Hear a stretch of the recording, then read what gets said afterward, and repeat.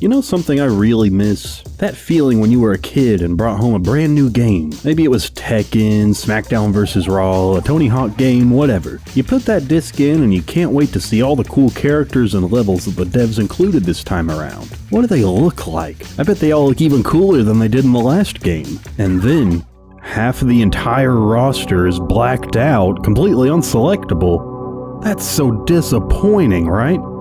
Wrong. As a matter of fact, I really miss that feeling. Let me tell you about the joy of unlockable content in games. The good kind, not microtransactions, no sir. And you just have to play more of the game to access it. It doesn't make you feel like you're missing out. Quite the opposite, actually. It inspires you to keep playing the game. See, back then, games respected their audience. You already bought the game, the transaction is over. I know we still see this concept here and there, but not nearly as much as we used to.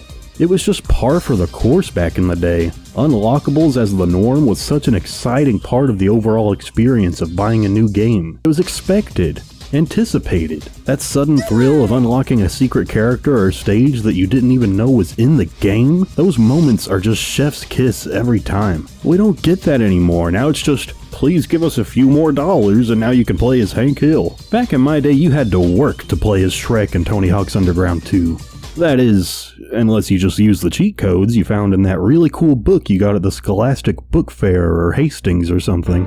Ah, cheat codes. You remember cheat codes? The end-all be-all of video game chaos and shenanigans. But what is a cheat code exactly? I know they still kind of exist in the form of things like console commands. We're not talking about the old school up, down, left, right, give me 30 extra lives in the game where you normally only get 3 type of cheats. We're talking big head modes, unlocking everything all at once, cheats to make every NPC hostile and drive all crazy. You name it. Cheat codes were the cornerstone of squeezing every bit of fun you possibly could from your games. You beat your favorite game but you weren't done playing? Try playing it with the jetpack cheat on, or invincibility, or infinite weapons.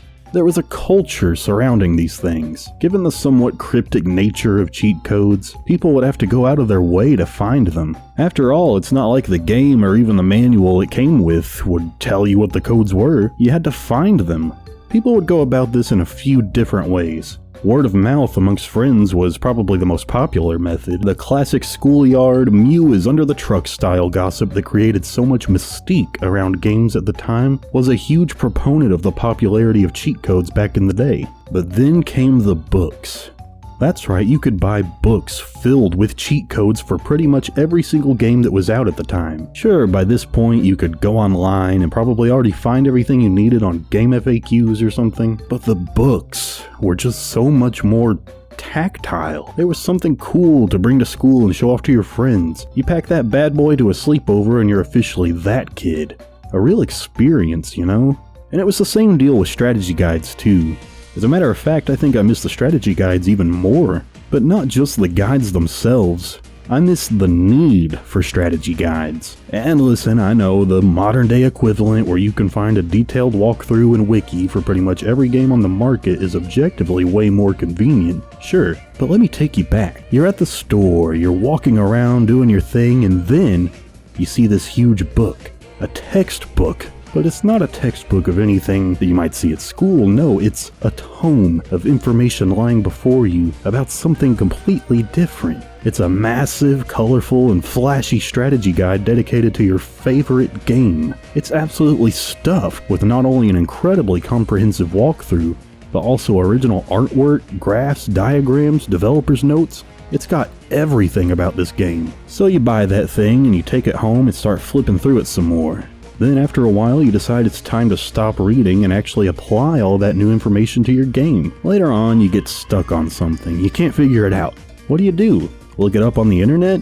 Sure you could, but it's the 2000s. You might still have dial-up and old peepaws on the phone. Depending on how niche your game is, it might not have a whole lot of information about it on the internet yet anyways. But you do have this beautiful big book of information sitting right next to you, a dedicated wiki that you can hold in your hands. Can you tell I love these strategy guide books? I still like to buy them when I see one at a fair price, even though I'll never actually need to flip through them. It's like a supplemental experience, a true extension of it all.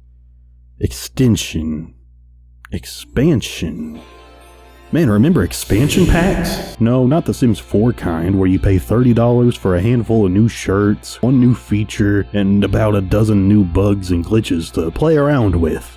I'm talking real substantial expansion packs, like for The Sims 1 through 3, for example. Back then, expansion packs came with so much more content to explore, typically centered around a certain theme or some kind of whole new quest line or map. The Shivering Isles expansion for Oblivion was so massive that it might as well have been its own game. Roller Coaster Tycoon expansion packs would add entire new systems, allowing you to create even water parks or zoos in the roller coaster game. And The Sims. Oh boy, The Sims, what have they done to you, my friend? Sims expansion packs used to be the cream of the crop. With just one expansion pack, you could have a whole host of new ways to play the game. These things used to add multiple new, deep, and detailed systems to interact with, completely changing the gameplay. Just one pack could, say, let you run just about any restaurant or retail store you could possibly think of, or maybe add a whole new college system complete with its own extensive academic gameplay that actually provided a decent challenge to the player. I mean, really, Sims 2 University gameplay was actually pretty tough, and then The Sims 3's very first expansion pack added 3 new worlds that you could visit at any time based on real-life locations and filled to the brim with new skills, new cultural items and clothing, treasures, a skill-based photography system, and something like 30 plus pre-made dungeons to interact with Zelda style. The Sims 4's DLCs are absolutely abysmal compared to all of that. You don't get a pack like The Sims Pets filled with animals and animal accessories,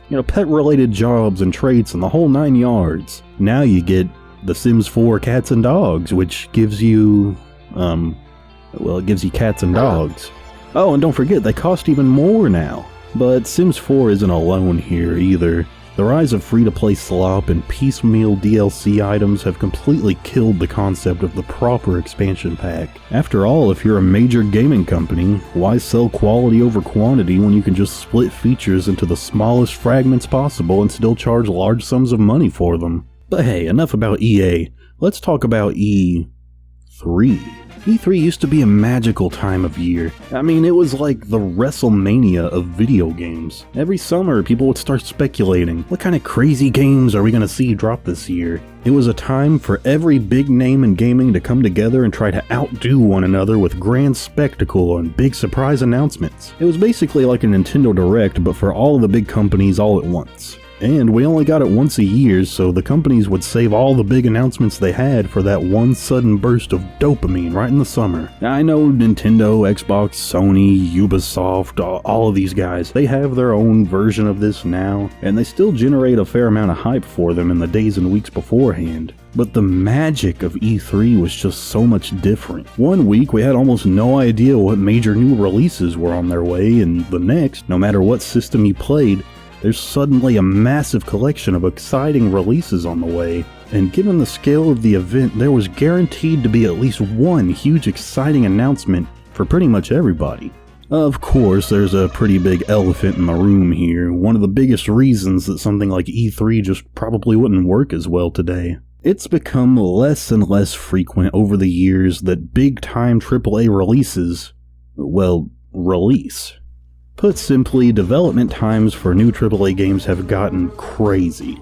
For example, we haven't seen a new Elder Scrolls in 15 years, and GTA 6 seems doomed to an eternity of false release dates and delays. We've seen 2 mainline Zelda releases in the past 15 years, and one of them was a direct sequel that had 90% of its assets already finished and ready to go before development even started. And don't get me wrong, I love both of the Wild Era Zelda games, and I'm sure that GTA 6 and Elder Scrolls 6 will be phenomenal experiences once they finally see the light of day.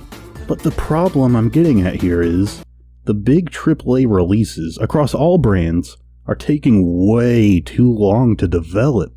But it makes sense, honestly. Never before has the expectation for video game quality been so high. Every game must either have ultra-realistic 8K graphics or a beautifully stylized art direction. They all have to clock 80 plus hours of gameplay and boast an open world at least the size of Manhattan. Games are, thankfully, as of right now, still mostly made by human minds and hands. Video games are, make fun of me if you want, the ultimate applied art form. I really believe this. They mix game design, visual art, writing and storytelling, music composition, and pretty much every other form of art you can think of into one executable file. It's gonna take a lot of time to put something like that together. The worst part of it all is that despite all of this dev time and all of that money being thrown into these massive games, many of them ultimately turn out stale and underwhelming. This is because video games can't afford to take risks anymore. Every time a company invests in a AAA game, they know that it could make or break said company upon release. Thus, experimentation is just way too risky. And that means that we get nothing but remakes, remasters, and the same old experiences with slightly better graphics over and over and over. Sometimes they completely take most of the name of the game away and go for the minimalist approach. Act like they're completely rebranding the entire thing. How long until we get a game just simply called Mario? Honestly, a lot of the things that I've talked about in this video are simple matters of nostalgia. The glory days for cheat codes and strategy guides and E3 are all things of the past. I know that's just how it goes. But when it comes to lackluster DLC and the disappointing stagnation of AAA games today, it just feels like something really needs to change. The gaming industry has just gotten too big. Too big to fail and too big to do anything new or interesting. Does the answer lie in just throwing caution to the wind and making slightly smaller, more experimental games? I think that could be a good start, for sure. Just look at Nintendo's recent successes with innovative titles like Echoes of Wisdom and Mario Wonder. These games introduced brand new concepts to their series that really shook up what we've come to expect from them. I don't know, man, I'm not a professional game dev. I'm just a guy who really likes games, and I really want to see the modern gaming industry improve. But what do you think? Is there anything else that the modern gaming industry could do to bring back that magic a little bit? That feeling that just games in general used to give us as kids. Or is it just the fact that we were kids that made it feel that way? See, I really don't know, but what do you think? Also, did I leave out anything that you really miss about gaming in years past? Comment below, let's chat, I'd love to hear your perspective. Also, like and subscribe and all that if you want, I don't know. Anyways, bye.